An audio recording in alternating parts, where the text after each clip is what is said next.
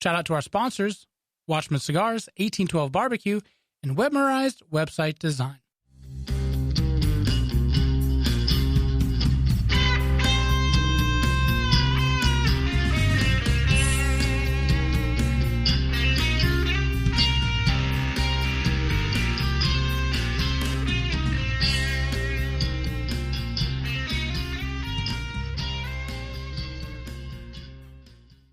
Hello, everybody. Welcome to a brand new episode of the Southern Fried Philosophy Podcast, where it's our take on life, liberty, and the pursuit of gravy, and you, the listener, are getting a degree in common sense.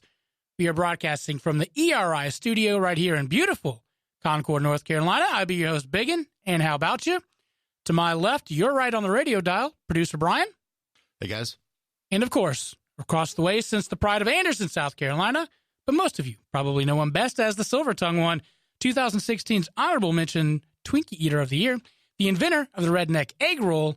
Give it up for my best friend, Mojo. It's a time of year when they break out the pumpkin flavors of coffee. The girls put on the yoga pants and the Uggs. Mm-hmm. There's a crisp in the air. Leaves are kind of crispy. And all the vacant CVS's and Walgreens have now become Halloween Expresses. Thanks for tuning in to the Southern Fried Philosophy Podcast once again. You can find us on our website at southernfriedphilosophy.com, our Facebook page is Southern Fried Philosophy. Wherever you listen to your podcast, iTunes, Google Play, it doesn't matter. Just go there, put in the old search bar, Southern Fried Philosophy, share your favorite episodes, share our page. But yeah, most importantly, just hit like, hit subscribe. That puts us in your daily feed whenever we upload our episodes on Monday. So that's how you find us. Also, you can find us on the Twitters and Instagram at SFP Radio. And don't forget, we haven't mentioned this in a while, our friends at States Vegas Radio. If you want to check us out on States Vegas app today, use the promo code Mojo and you'll get the app for free. Check us out. We are live Monday at 6 and Friday at 4 on statesvegasradio.com. Also want to say some upcoming guests. Hook, Line, and Heroes, our friends there, are having a bass fishing tournament in Mooresville, North Carolina. It's a $1,000 payout. Go to fishingforamission2019.eventbrite.com for more details. I think what I'm going to do is just go to the old Harris Teeter, find the biggest fish I can, just hook it on my line, and ta-da! I got $1,000 or something. Yeah. Something like actually, I do have a connection with a seafood company. We can get you actually like a mako shark or something like that. Oh, that would be impressive. I know those swordfish in Norman. It's not thought out yet, but trust me, it's why a keeper. The guts are missing? Also, Watchman Cigars has two events: a rooftop spooktacular October 26th, and the Duke Mansion Sangria and Cigar event also October 26th. We'll have some information on our Instagram account and Facebook on those events as well.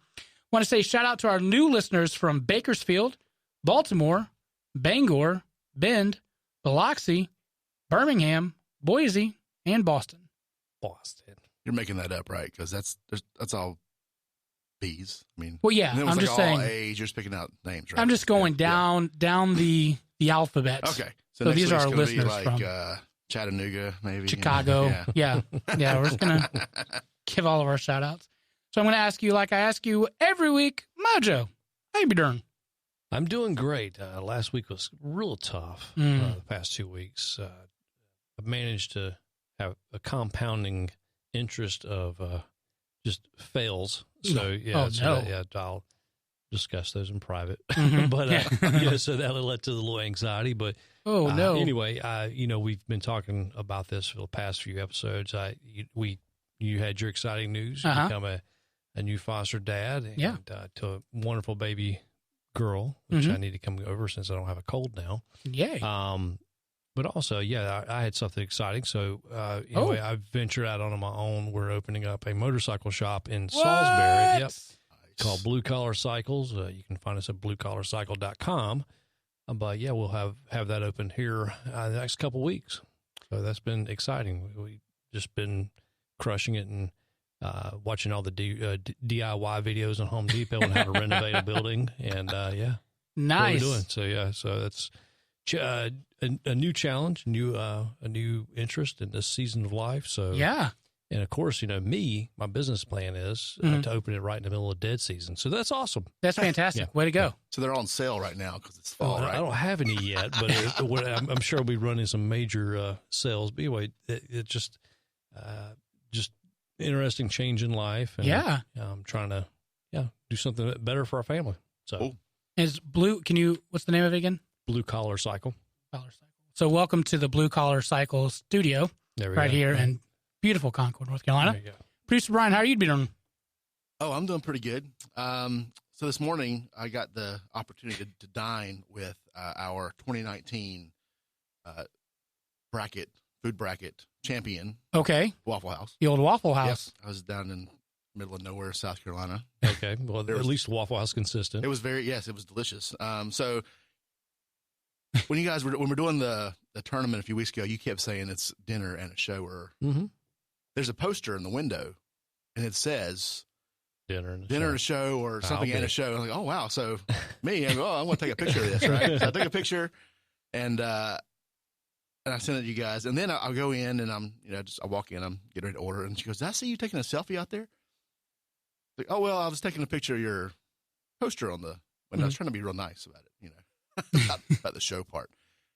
And I was like, you come in here and it is a show. Like there's always something going on. You get to watch them cook for you, all that stuff. And she said there's actual posters in the back. Like it's the thing that it's part of their culture to be like, get ready for your performance when you come out into the floor or whatever. So I was trying to be really politically correct about, right. I didn't want to insult anyone before they made my hash browns. Sure. Then she goes, serves on the table, comes back around, she goes, now the real show, Saturday morning about 3 a.m. Yeah. So, they know I thought it was funny. Yeah. Did you mention that they are the winner of the SFP? I did not hand them their trophy. What did you have? So I was excited. They actually made my breakfast into a menu item now. I always it was just 2 eggs, toast, but I always subbed the grits for hash browns because you always had to sub it out. But now it's 2-egg breakfast comes with hash browns, choice of meat. I like the grits, but I really want the hash browns. Sure. That's why you go to the Waffle House. Yeah. Hash browns, right? So I think their grits are kind of garbage. I've never had them, so I can't. I don't have a dog in the fight. Don't start now. Yeah, they're just quick, instant. Yeah, I just didn't want to always pay the upcharge. Yeah. So they upcharged you to do that. I mean, it was a $10. I got that and coffee. It was $10. Seriously? Oh, yeah, Waffle House is not cheap anymore. It was $11.11 or something crazy like that, I think. But good gracious. Yeah, it's Waffle House is high dining now. Yeah, it is. Absolutely. It is. I mean, you cannot. I mean, I get something like 2 eggs and a side of bacon, and I'm like $9. Yeah, the bacon's where they get you on that. Yeah, I think. Holy cow! Because they can't compute. Like, hey, let's just go ahead and get you this combo. Drop off these items to make it cheaper and more affordable. If you do the a la carte, yeah. That's what always frustrated me when you go to the drive-thru or whatever, and you say, I don't know, like lettuce and tomato. They don't don't take off the cost of those things. Oh, it just frustrates me. Like I should pay less because I'm not taking the lettuce and tomato. But they'll upcharge you though if you want extra. Right. Yeah. I mean, I can't remember where it was now. They get extra lettuce on that cheeseburger. They're really gonna. I went to I can't remember what restaurant it was now. It was some fast food place, whatever, in the middle of nowhere. But I had already had my burger. Yeah. I was like, oh man, I forgot to ask for lettuce, tomato, onion. So I went back up there and like, all right, that'd be 35 cents. I'm like, whoa, come on, that's nickel and diming. Just that gets on nerves. Yeah. So this may be the Mandela effect. Come on. I don't remember Waffle House ever having blueberry waffles. They don't. Yeah, they do. No, not possible. Yeah. They actually do now. Yeah, they do. That's new. Is it something new or something they've always had? So I know they have the chocolate chip and pecan. Yeah. I thought they always had them. I've never heard of, seen of. Because I'd be interested in trying. If it was, it wasn't written on the menu. It was like a secret recipe or secret menu kind of thing. But now they have a poster in the window that says, we're so blue for you or something like that, and it has a picture of a blueberry waffle. I'm like, whoa. I think we need to call them. I'm down. All right, let me hook this up real quick. Can we do that? Maybe. I don't know. I mean, I can get Skype back up. But How would I do that? well, we don't have to do it. Yeah. That's fine. Didn't study. All right, no problem.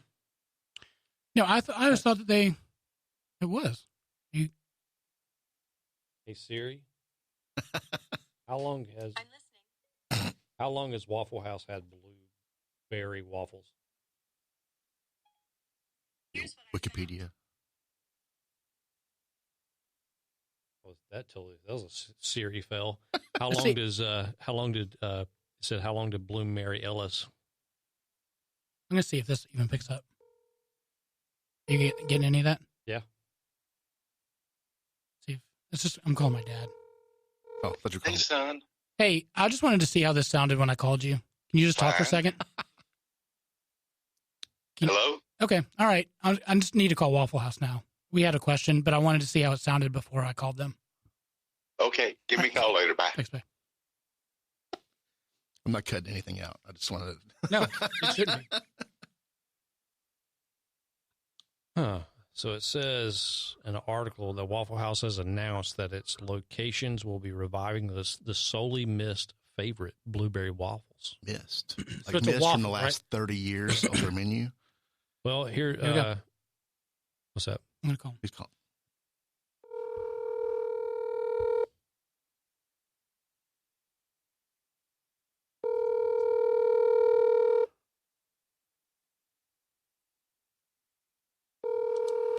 Calling right during rush hour. Not rush hours, like 10 p.m.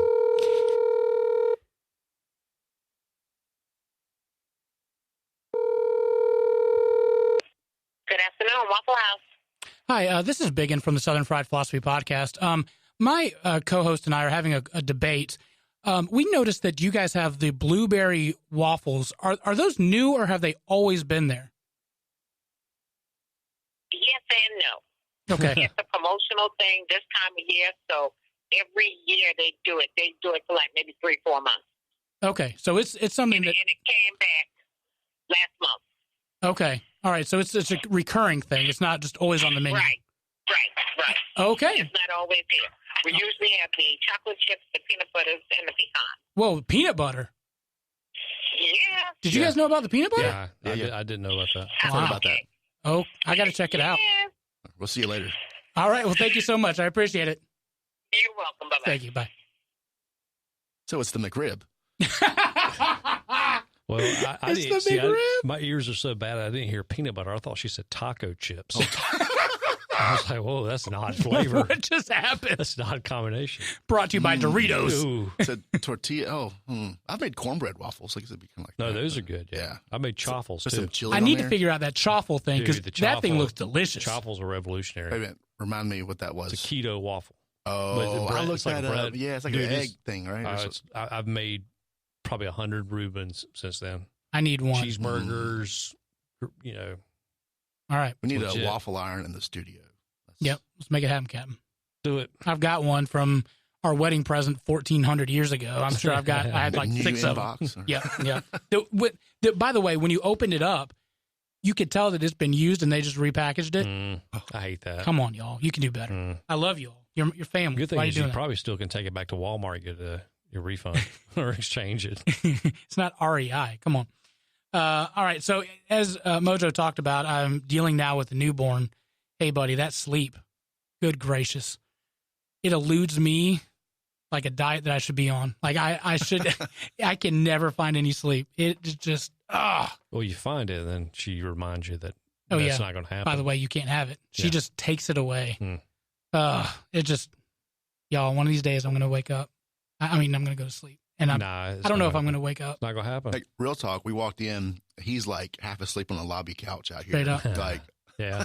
And by the way, that lobby is 14 degrees Celsius. Yeah. Like, people are hanging meat up there. It is freezing, but I'm like, I'm passed out. I've never been the guy that could just automatically go to sleep. But now, kids. hey, buddy, Maybe out. Pastor Justin has now set that as a safe haven sanctuary for all the fleeing global warming penguins and polar bears. Well done. All right, so let's go into some wacky news brought to you by 1812 Barbecue.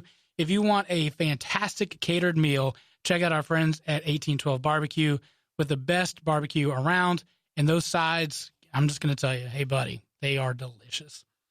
All right, so I don't know if you guys saw this headline or not.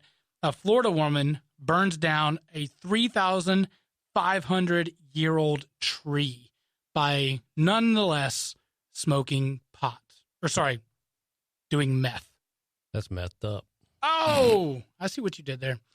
A Florida woman who was previously arrested for burning down a 3,500-year-old tree while smoking a methamphetamine was arrested last week on charges for now trafficking that meth. Sarah Barnes, 33, was arrested Friday in her Altamonte Springs home after deputies found 38 grams of meth. Is that a lot? 38 grams? That's a good bit. That's more than like personal use, I would say. Barnes was arrested in 2012 for burning down, quote, the Senator, an 118-foot tall bald cypress tree. It was the 5th oldest tree in the world. She was kind of excited about it, saying, quote, I burned down a tree that's older than Jesus. So now she's facing bond, a $25,000 bond. Her next court date is scheduled November 12th.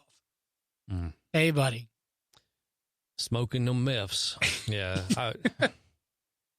Sounds like her problems probably are a lot bigger than just meth. It sounds like she got a little derangement going on. So where was this tree? Like, was this like in her backyard? There was a 3,500? No, I think it was at a park. Okay, national park. Yeah, national park. Yeah, I remember Jess and I, we were traveling someplace in Georgia or whatever, and they had like one of the oldest trees. I think it's an angel tree or something like that. Yes, the angel tree, and it's like a little park thing. Yeah, I think it was similar to that. It's amazing how this tree's this old. Do you think they would have some type of security around it or some obstructions? And how, I mean, what should you do? Take a Molotov cocktail to it? I mean, and just launch it? I don't know. I mean, be kind of curious. Probably being around a 3,500-year-old tree with a lighter, not in your right mind, probably do some weird things, I would think. Probably, yeah, maybe so. Maybe so. Was she lighting her pipe or whatever from a branch or something? You know, maybe she discovered they had blueberry waffles at Waffle House and just got totally lit up. But you know what though? I'm just now thinking about it. What if she sparked some? She got some Spanish moss, and that caught, and then everything else just kind of went up because that stuff looks flammable. Sure. I don't know if it is or not, but it looks flammable. Maybe she confuses Spanish moss for marijuanas, and then tried to smoke it. Making a cocktail. Oh, my. The 1812 barbecue story started over 20 years ago when Eric and his dad started entering local barbecue competitions for fun. During that time, Eric, a United States Marine, has traveled all over the world picking up flavors and techniques that today is the unique flavor of the award-winning 1812 barbecue. He has honed his craft to bring you fall-off-the-bone pulled pork, mouth-watering ribs, and finely crafted beef brisket. Eric has developed his own amazing dry rub and delicious barbecue sauce.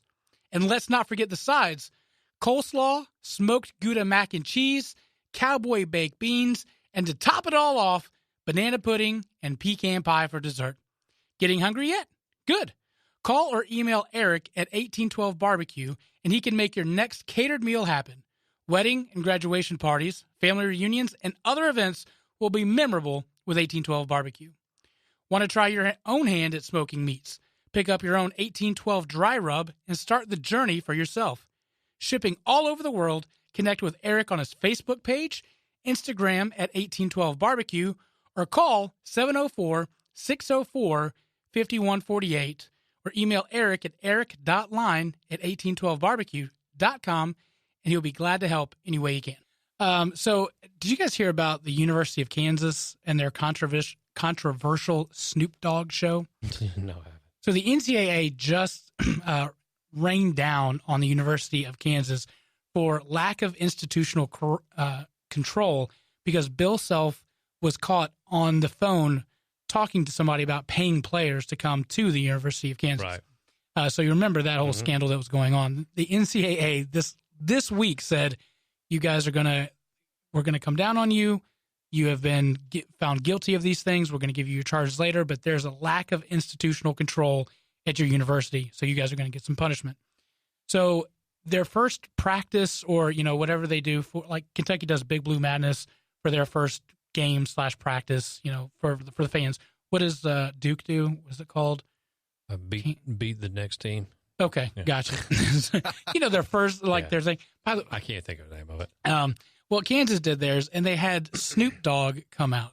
Again, remember, you just got handed lack of institutional control. Snoop Dogg comes out playing Gin and Juice with no beeps, the non-edited version. Lets it roll for all the fans that are there watching the basketball game. Had featured pole dancers, a money gun that was shot out to all of the recruits that they had coming in to look for the next season. And there was profanity in a raucous crowd at 16,300 people in Allen Fieldhouse in Kansas. The university says, we apologize for the Snoop Dogg performance at late night. We made it clear to the entertainers' managers that we expected a clean version of the show and took additional steps to communicate to our fans, including moving the artist to the final act of the evening to ensure that no basketball activities would be missed if anyone did not want to stay for the show. The AD said, I take full responsibility for not thoroughly vetting all the details of the performance, and I offer my personal apology. He said that he evidently did not know what acrobatic dancers meant in today's time. Does Snoop Dogg do clean performances? That's the question. So Snoop Dogg was actually on the Howard Stern show this morning and just lit up Kansas like, you you're lying, you're not telling the truth, you knew what was going on. And then the quote of the day, when you pay for Snoop Dogg, you get Snoop Dogg. Yeah. I mean, what else would you expect? Like pizza and a sermon? Right. I mean, they had one of the dogs, the mascots with a giant fake blunt walking around. Awesome. I mean, come on, y'all. I mean, have you been around for the last 25 years? His career's been going, right? Yeah. Have you been around for the last 10 minutes and looking at his career? You would have known better. Actually, just one simple Google pull. Would probably solve all of those questions. What happened to Snoop Lion? Wasn't that his name for a while? Oh, yeah. I think that was kind of like his reggae rap album. Oh. Name. But okay. I think he was trying to become a Rastafarian and then didn't quite make it. So he's like, I'll go back to Snoop, Double G. Remember when Puff Daddy always kept changing his name like every 10 minutes? Yeah. It's kind of like Jennifer Lopez. Like she was J-Lo and then Jenny from the Block and then whatever else. Did she change it back again? I think she's just now Miss Lopez. I don't know. That's Mrs. Lopez or something. Like. Yeah, exactly. Miss Jackson, if you're nasty. Yeah, probably. All right, so let's go to some hot topics brought to you by Watchman Cigars. If you want a quality cigar at a reasonable price, check out our friends at Watchman Cigars.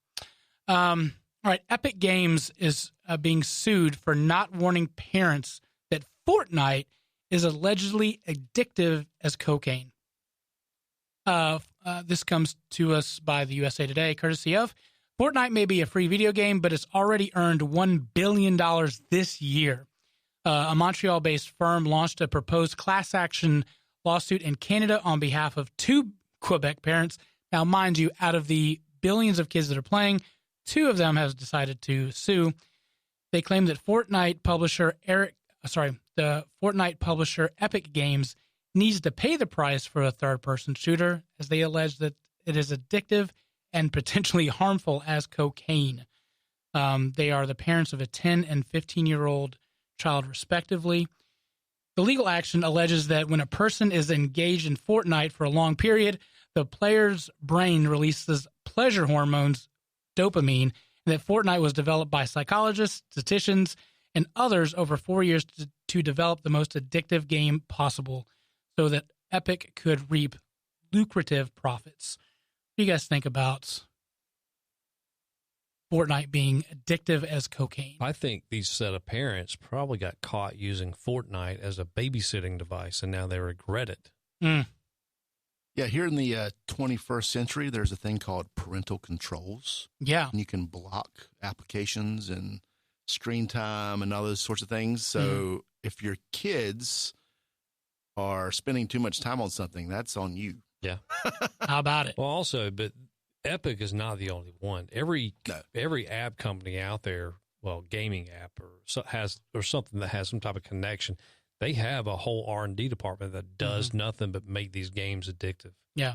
by the constant notifications, the badges, these levels, achievements, these constant reminders. I mean, this has been shown that, that's their job, to develop this stuff. So, could it be as addictive as cocaine? Probably, because now they're having these rehab facilities being popping up for social media and video games for kids. They say that the defendants use the same tactics as the creators of slot machines or variable reward programs to ensure the dependence of its users.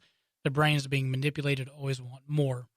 Children are particularly vulnerable to this manipulation since their self-control system of the brain has not developed enough. Just like the people that got mad about like sugar cereals being marketed on Saturday morning, when they're marketing sweet stuff to kids and they want the kids, the toys or whatever. It's the same principle.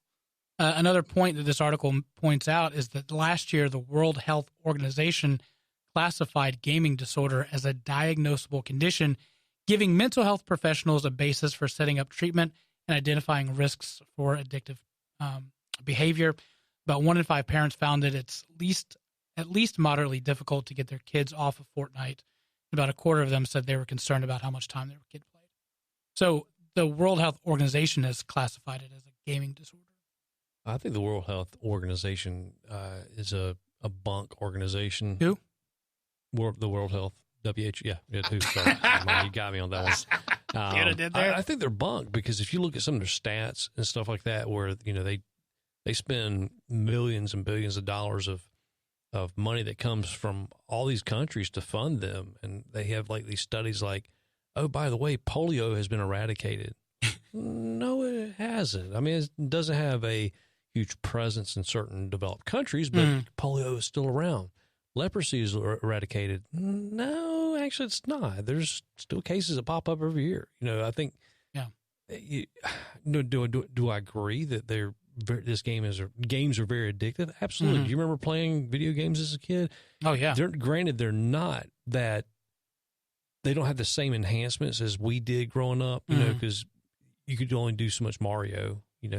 Or Duck Hunt and things like that. These games now are very triggering. But yeah, I would play video games for 14 hours straight. Absolutely. I literally took a week of vacation in my mid-20s, and I spent I played video games the same game the entire time. Oh wow! I kind of forgot to eat sometimes. I was in the middle, leveling up or whatever. Yeah. You turned out fine. Well, that's subjective opinion, but right? Yeah. But, I don't think it's the end of the world. I don't think these kids are going to be out there, autonomous zombies. If they're an autonomous zombie, that means they probably an autonomous zombie without this game. So I don't know. Yeah. But another overreaction. Yeah. I think a little parental guidance would help a little stuff too. Yeah.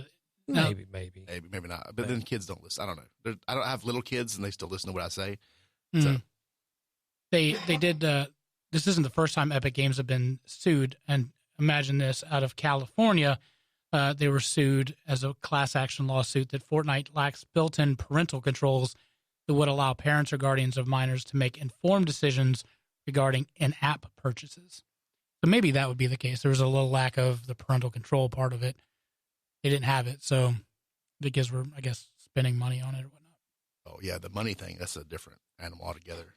I play a very similar game to Fortnite. It's a little more military, but you can drop. Call of Duty? Mm-hmm. It's a PUBG mode. It's PlayerUnknown's Battlegrounds. It's the same concept. It's not quite as colorful, I guess. Yeah. But you could drop, just to get like weapon skins and just dumb, has no outside world value. Right. You can easily drop hundreds of dollars on nothing. Yeah. That doesn't increase your ability to win. Yeah. Doesn't affect your place.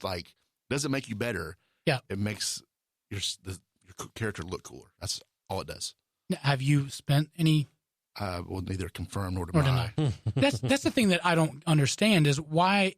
I would maybe understand if on Fortnite, you could start off with a shotgun. You could buy and you can upgrade using a shotgun or what have you.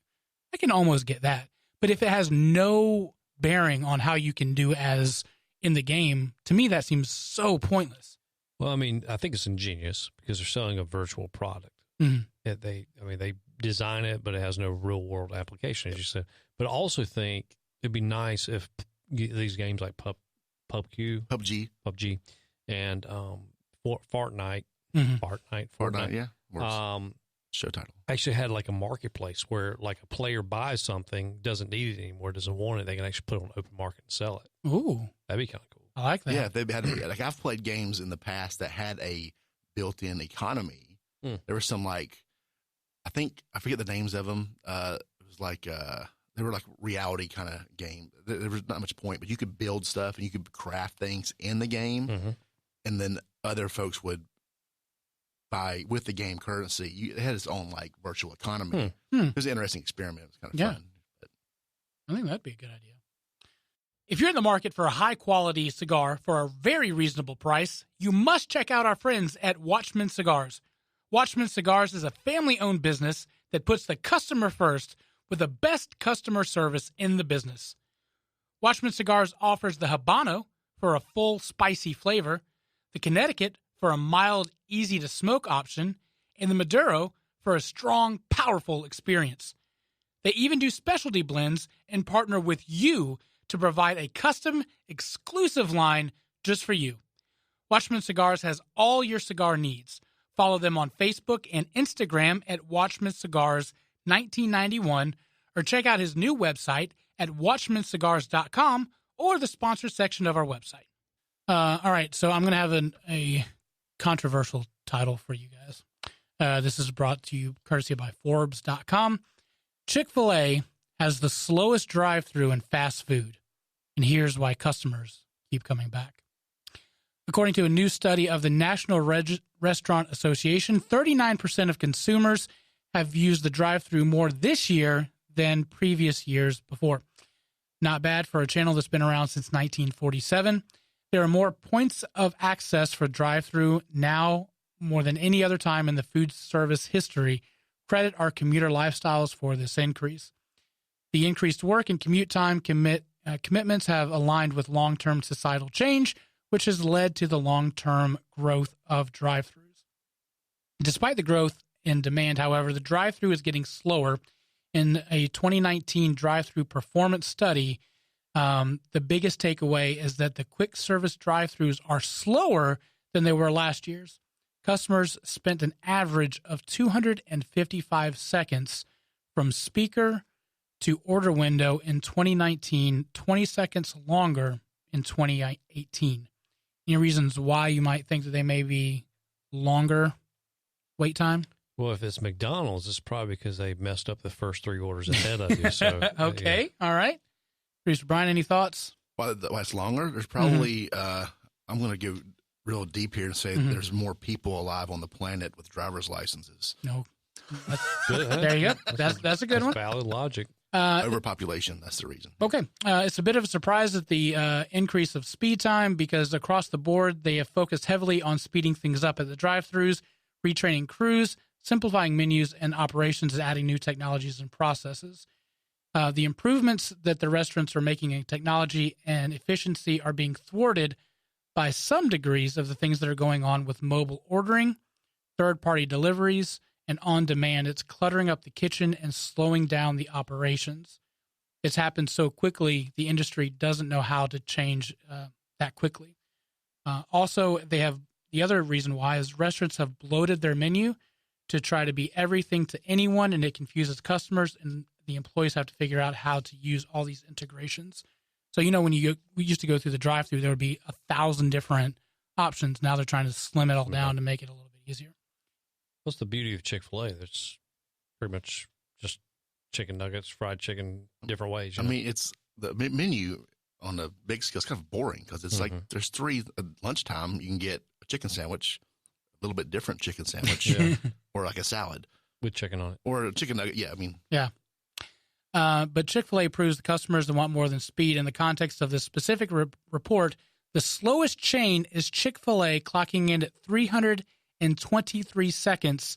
It's followed by McDonald's at 284 seconds, Hardee's at 266 seconds, KFC at 243, Carl's Jr. and Taco Bell at 240, Wendy's at 230, and Dunkin' is the fastest at 210 seconds. Dunkin' literally has pre-made packaged donuts. They throw out the window at you. Right. I'm calling bunk on this. Who wrote this? The World Health Organization? Who? But alas, here's the clickbait. The timing is a bit misleading here, considering Chick-fil-A's volumes compared to its peers. More than 35% of the chain's restaurants have 6+ vehicles in line at any given time. The next closest competitor is McDonald's at 9%. And they have two. Most of them have two of the little talk boxes. Yeah, and people out there. 2 lines. Yep. And there's people. Look, I think this is horse crap because the Jesus Chicken, they will actually have your order. They know your order before you even get there. Well, and that is part of the place, right? They're part of the problem. They said that the study also, the auditors started the clock when the customers place their order. But you'll know when you go to a Chick-fil-A, they have people standing out further back in the line. You know, it's not at the talk box.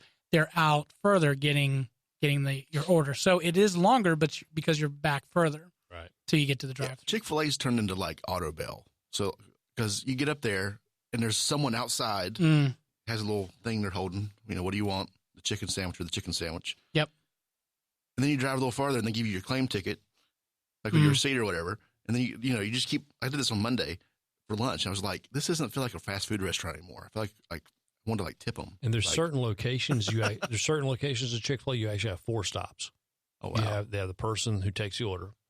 You have a person who collects the money. Then you actually have the register. You know, the window who confirms your order too. The one that actually hands you the food, and then they have a person who hands a little further down that actually has all the condiments. Oh, wow! I have seen that. I haven't seen the condiment person. Mooresville has it. Yeah, they're wearing like a Kevlar vest with like sauces in it. Mooresville has actually a tent, like a side tent, and it has like these condiment holders. And I mean, yeah, that's legit.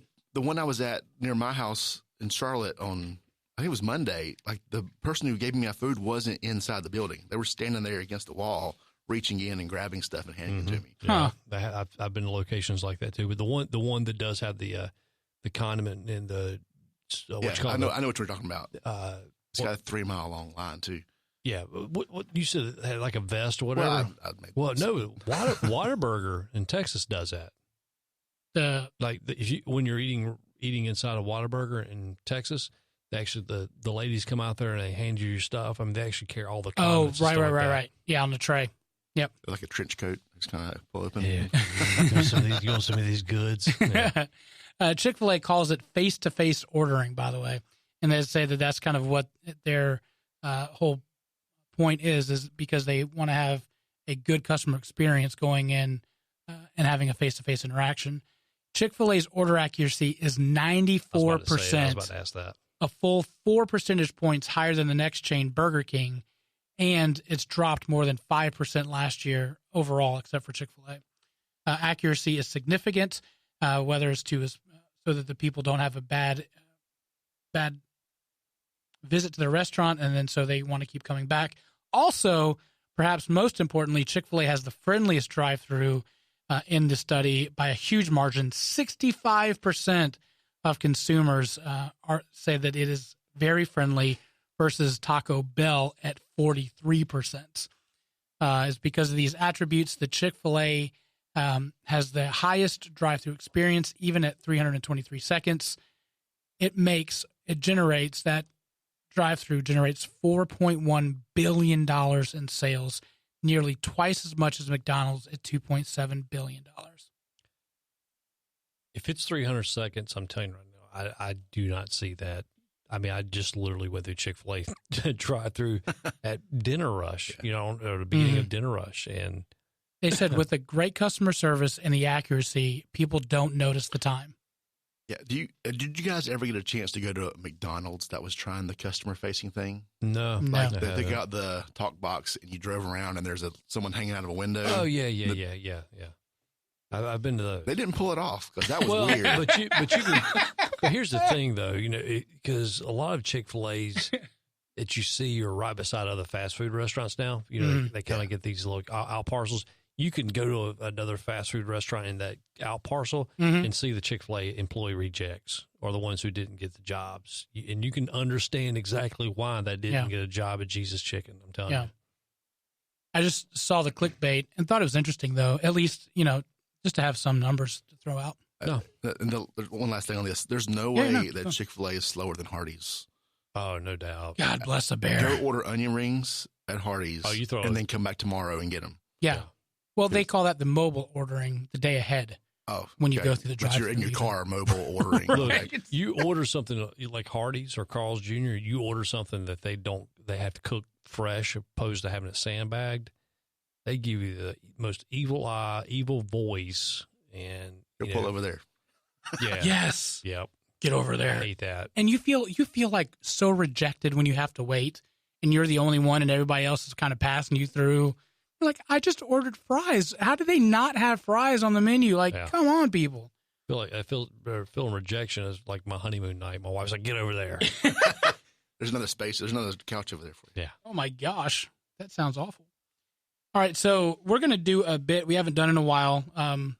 Lisa, our friend, your heart transplant's mom, requested that we do this bit we haven't done in a while. It's called Dear Mojo, where I'm going to ask you Dear Abby questions and see how you would respond in such circumstances. So here is the Dear Abby question. Dear Abby, I will soon be retiring from a lay position in my church. As a former member of the choir, I'm being urged to return to it, which appeals to me. My problem is a member who has caused trouble in the past for me with lies and criticism. She is a very negative bully. In the past, she poisoned my ability to worship, and I want as little to do with her as possible. I am afraid that if I rejoin the choir, the situation will continue. I don't want to upset the other choir members who are good, supportive friends, but I no longer want to have to put up with her. She is very hard to ignore. Any suggestions? Signed, Singing a New Tune in Canada. Well, I would probably call Miss Karen outside in the alley and take a pair of brass knuckles and I'd tune her up a couple times. She will not be able to sing in another voice and that until she reaches her heavenly voice. So, oh my! No, I that took a drastic negative turn. You gotta hold your own. I think number one, what the Bible says: if you have a problem with another person, you can't resolve face to face. Bring it before the church and bring it before the brass pastor. Knuckles. Bring brass knuckles straight up.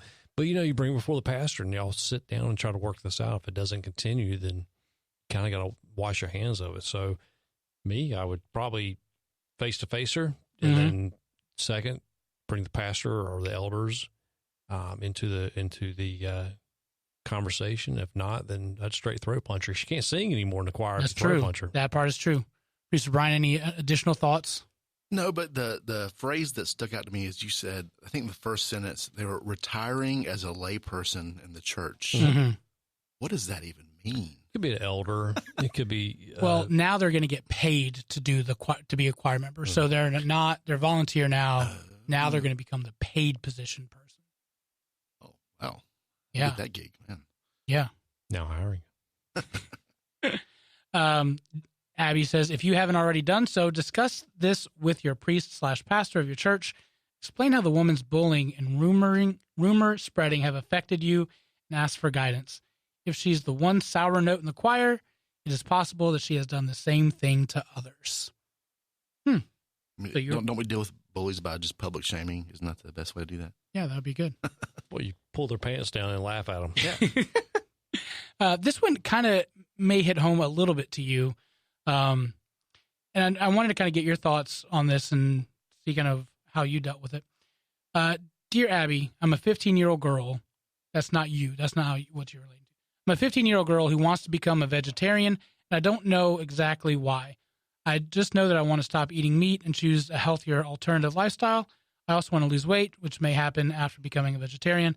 There's been a lot going on in my life lately. I've been stress eating. I don't hate my body, but I sure don't love it. Every picture I take, I suck in my gut because I'm insecure. The problem is I'm not sure how to present this to my family. I'm sure I'll get the annoying, how could you give up steak, bacon, and chicken from my dad and sister? And my mom will probably be supportive, as she's always encouraged me to eat healthier in general. And she'll most likely help me come up with a plan. I don't know I don't know why I want to do this. I just know that I want to do that. Please help me explain this to my family. So, and I say that because your daughter is a pescatarian. Watch how that comes out. Yeah.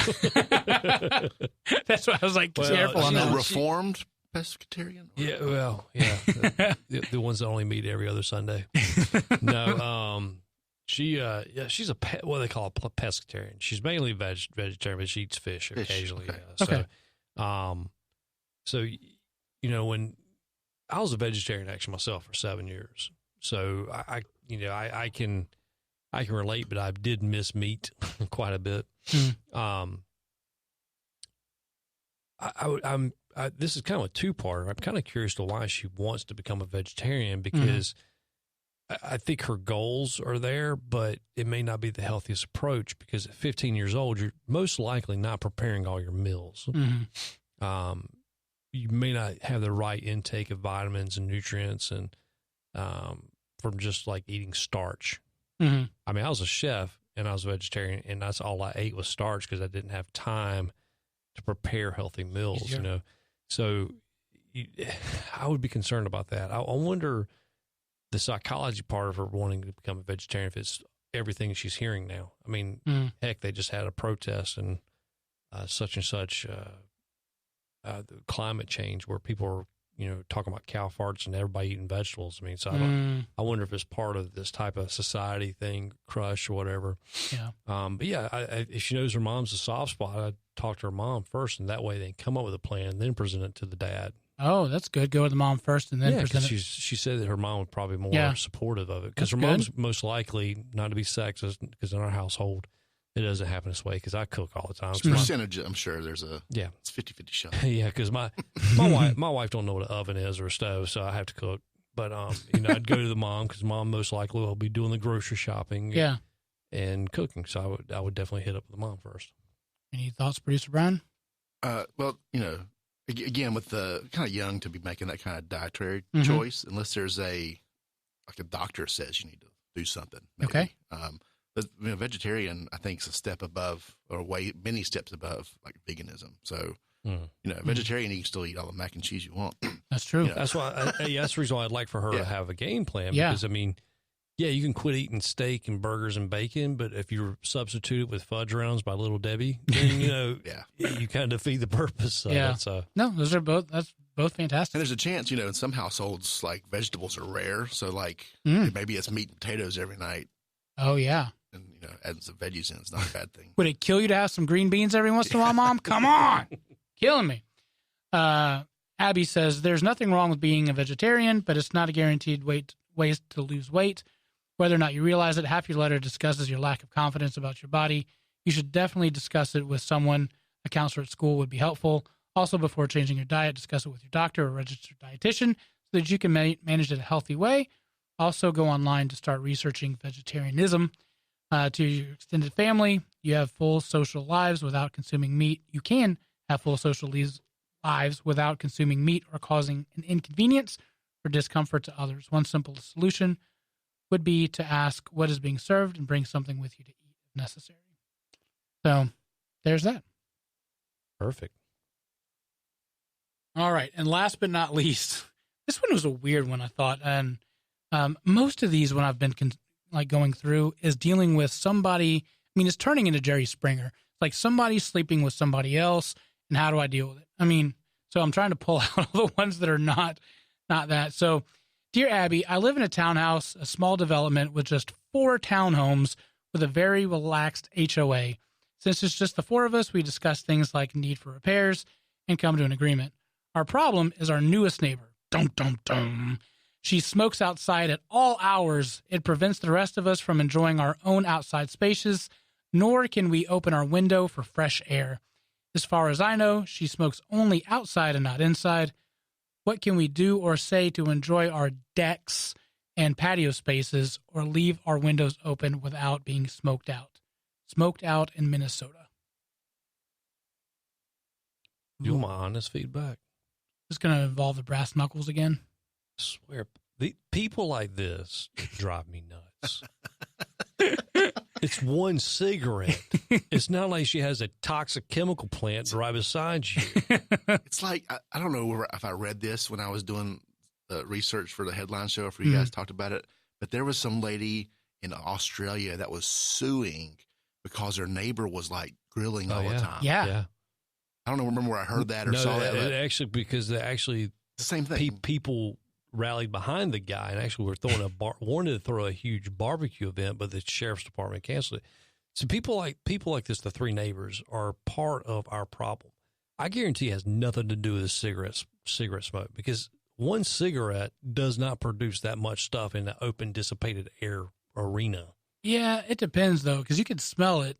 And if it gets like sucked into your house, like your whole house will smell it for a while. It's not that bad. Have you ever been sitting like at a convenience store with your car running and a dude walks by with a cigarette, then like 30 seconds later, your whole car smells like cigarette smoke? Yeah, but it goes away. It goes away, but it's still there's a moment of irritation. Let's get this rage. right. Let's get this what it is. These people don't like cigarettes or cigarette smokers. It has nothing to do with the one little cigarette this person probably has to go out. They absolutely just don't like cigarettes, and then they're playing bullies right now. Well, and they may, like, we enjoy cigars. I like the smell of cigars. I hate the smell of cigarettes. And just don't like them. I mean, I'm not a fan of them, but I'd also, that annoyance to me is not worth me saying, you know what, ban all cigarettes, or hey, kick them out of the neighborhood. You know what I'm saying? Or let me take enough time to write a Dear Abby letter. Yeah, things like, come on. Have you had a conversation with your neighbor at all about anything? Right. That's the other part that gets me. I mean, it's a townhouse. They probably bought it. Deal with it. I mean, I'm sure you're going to have annoying things that they don't like. I mean, should they tag up with your other three neighbors and y'all talk that, try to oust you? I mean, probably a yippy dog in one of those places. Yeah. Probably, yeah. Yeah. So, and probably the person that's writing it has the yippy dog. I'm willing to bet. Good. And then next week we'll read one that says, I have a neighbor that has a yippy dog and I don't know how to handle it. Actually, I bet the neighbor with the yippy dog is probably the lady in the choir that keeps on talking about everybody. Abby said, because your homeowners association is so tiny and you have to manage the situation very delicately of the sensitive problem with a positive attitude, this woman is the newest member of your 4-unit family, and this will be a long-term relationship for better or worse. Remember, it must be built on trust and mutual respect. Come together in a neighborly way and discuss the matters that need to be dealt with. Do it in a non-contentious way. There you go. Have you heard about vaping? Oh. What if you Amazon Here's some Cinnabon vapes? There you go. Everyone's happy, right? How about you? Just wait till they legalize the reefers. Then buddy, be praying for cigarette smoke back. And now the HOA has decided that they're going to get a vending machine and then hook it up so that everybody can get the munchies. All right, so I do have a Ask Me Anything question. This is brought to us by our friend Tommy Thompson. What is your favorite What is your favorite bourbon that you've ever had, regardless of money? Your favorite bourbon under $100, under $50, and under $30. So Tommy is a friend of our friend Chris Abney. He has come down. We've hung out for a little bit, and he's listened to the show. So appreciate that, Father Tommy. So I kind of looked through my cabinet of the bourbons that I like, and the Murray Hill Club is the highest one that I've got. It's at $100. It's a really good bourbon. It's out of Washington D.C. That's probably one of my favorites now. For the $50 level, it's the 1792 Full Proof. That one, I think I picked it up for $33. That was one of my. Yeah. That's the one you had like last week? Yeah. Wow. Yeah. Because I was going back to look at the receipt and somebody else bought it for me and I PayPal'd them. It was $33. Yeah. It's a really good bottle. And you had it. You liked it. I think I had it. Yeah. Yeah, you did. Yeah. I mean, 1792. Yeah. I've kind of fallen in love with them and they're kind of, people like, tip their nose at them, but I think 1792 is really good. I like it a lot. And then you've had the single barrel version of that. Yeah. It's also pretty comparable price. Yeah, very good also. Yeah. And then the cheapest one, I still got to go to Buffalo Trace. That's still kind of my go-to cheap bourbon, but it doesn't taste cheap. It's a good bourbon. What does that retail for? I got it at Walmart for $23. Walmart? That's Kentucky prices. That's Kentucky prices. Here, probably about $29, I bet, right? Yeah, probably here would probably be $29. Yeah. Well, $29 is cheaper than paying gas to go to Kentucky. But you never can find it around here, though. Yeah, it's so hard. It's so allocated. Yep. It's crazy. So, yeah, those are mine. I'll send on the show notes, I'll put links out to the descriptions of those bourbons if anybody's interested in it.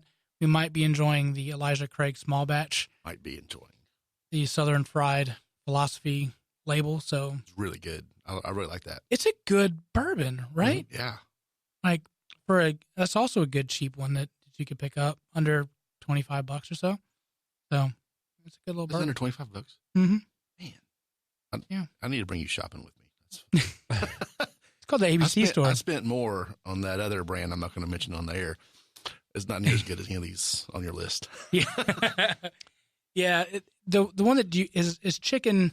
I mean, we could say chicken, and then another name for chicken that rhymes with Doc. Yeah. Yeah.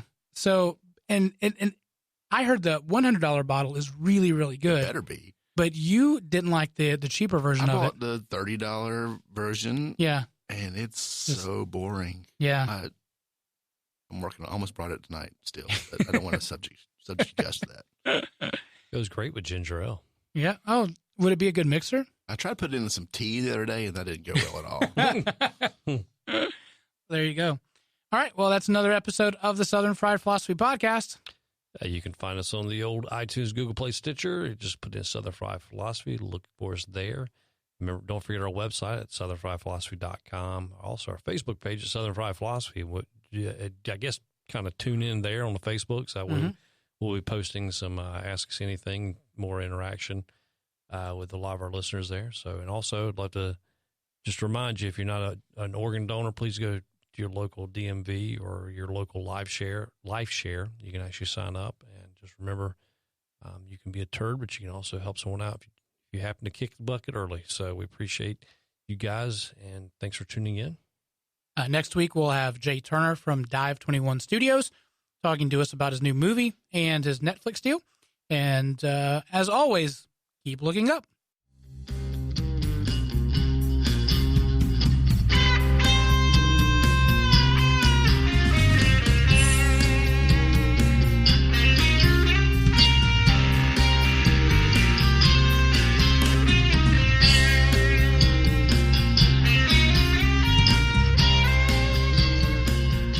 You're listening to the SFP Radio Network.